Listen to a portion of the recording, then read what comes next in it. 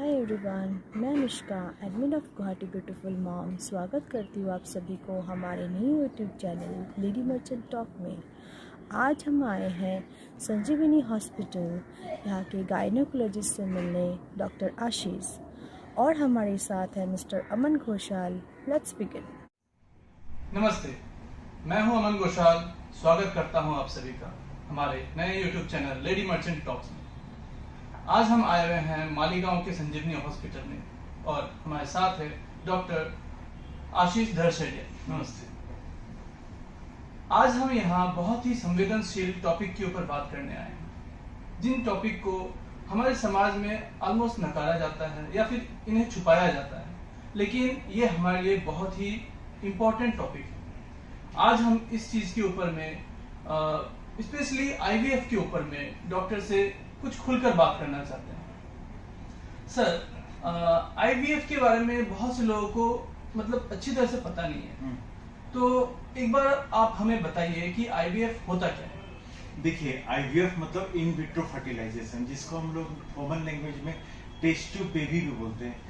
तो ये कोई कपल है जिनको पोटेंशियल कैंडिडेट है आईवीएफ के लिए, शादी के कुछ साल हो गए लेकिन उनमें कुछ ऐसी दिक्कत है जिनका नेचुरली कंसीव नहीं किया जा सकता, या फिर दूसरी जो एआरटी टेक्नोलॉजी है, आर्टिफिशियल रिप्रोडक्टिव टेक्निक्स है, जैसे आईवाई वगैरह, तो उससे भी उनका इलाज संभव नहीं हो सकता, या फिर 3 से 6 बार उन लोगों ने ऑलरेडी आईवाई करवा रखा है, तो उन लोगों के लिए आईवीएफ फिट बैठता है।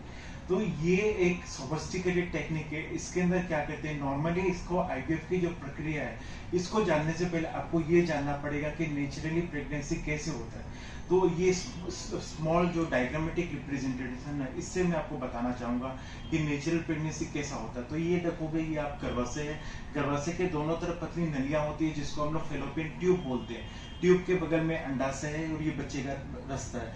जब मिलते हैं, जब हस्बैंड और वाइफ का मिलन होता है, तो स्पर्म यहाँ पे छोड़ा जाता है बच्चे के रास्ते में।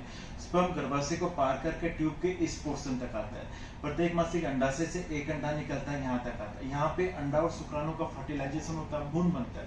भ्रूण 3 से 4 दिन पे आगे चलकर गर्भाशय में गिरता है, इसकी परत से चिपक कर अपनी जड़ जमाता है और प्रेगनेंसी में कन्वर्ट होता है। तो आप देखोगे, बच्चे लगने के लिए 4 चीज जरूरी है। एक अच्छा अंडा होना जरूरी है, एक अच्छी फेलोपियन ट्यूब होना जरूरी है, गर्भाशय इसकी परत अच्छी होनी जरूरी है, शुक्राणु की मोटिलिटी, काउंट, गतिशीलता, सब कुछ इंपॉर्टेंट है।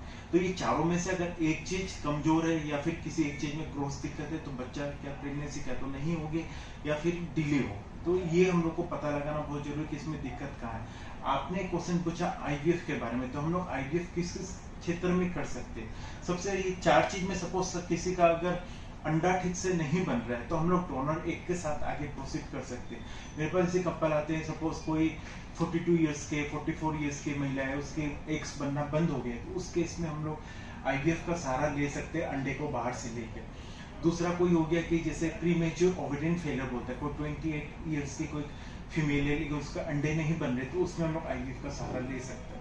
दूसरा हो गया कि अगर इसकी दोनों नलियां अगर बंद रहती है, हम लोगों ने भगवान ने 2 आंख दिए, 2 कान दिए, लेकिन अगर एक फेलोपियन ट्यूब भी बंद रहने से हम लोग का काम चल जाएगा, लेकिन अगर दोनों फेलोपियन ट्यूब अगर बंद रहती है, तो हम लोग को आईवीएफ टेक्नोलॉजी का सहारा लेना पड़ सकता है, क्योंकि आईवीएफ टेक्नोलॉजी में हम लोग फेलोपियन ट्यूब को बाईपास कर देते हैं। तीसरा हो गया कि स्पर्म जो है, स्पर्म उसका सीमेन में स्पर्म नहीं मिल रहा है, तो एक टीसा बोल के एक टेक्निक होती है, टेस्टिकुलर एक्सट्रैक्शन ऑफ स्पर्म। उसमें टेस्टिस से सपोज ऑब्स्ट्रक्टिव कॉज है, टेस्टिस से स्पर्म जो बन रहे हैं, टेस्टिस में स्पर्म तो बन रहे हैं लेकिन वो बाहर नहीं निकल पा रहे, तो हम लोग उसको सिरिंज से बाहर निकाल सकते हैं। तो उस निकाल के हम लोग लैब में उसको फर्टिलाइजेशन कर सकते हैं। तो ये जो मैंने आपको नॉर्मल प्रक्रिया बताई, तो इसके अंदर आईवीएफ में हम लोग क्या करते हैं, नॉर्मली जो फर्टिलाइजेशन यहाँ ट्यूब में होता है, अंडा और शुक्राणु का फर्टिलाइजेशन जो ट्यूब में होता है, टेस्ट ट्यूब बेबी में हम लोग क्या करते हैं कि उस अंडे को हम लोग फीमेल से बाहर निकाल लेते हैं और उसी दिन हस्बैंड का स्पर्म भी लिया जाता है। उसके बाद एक टेक्निक होती है इक्सी, जैसे एक अंडे को हम लोग इस इंस्ट्रूमेंट से पकड़ के सिरिंज से इसके अंदर शुक्राणु को डाला जाता है, जिससे कि फर्टिलाइजेशन में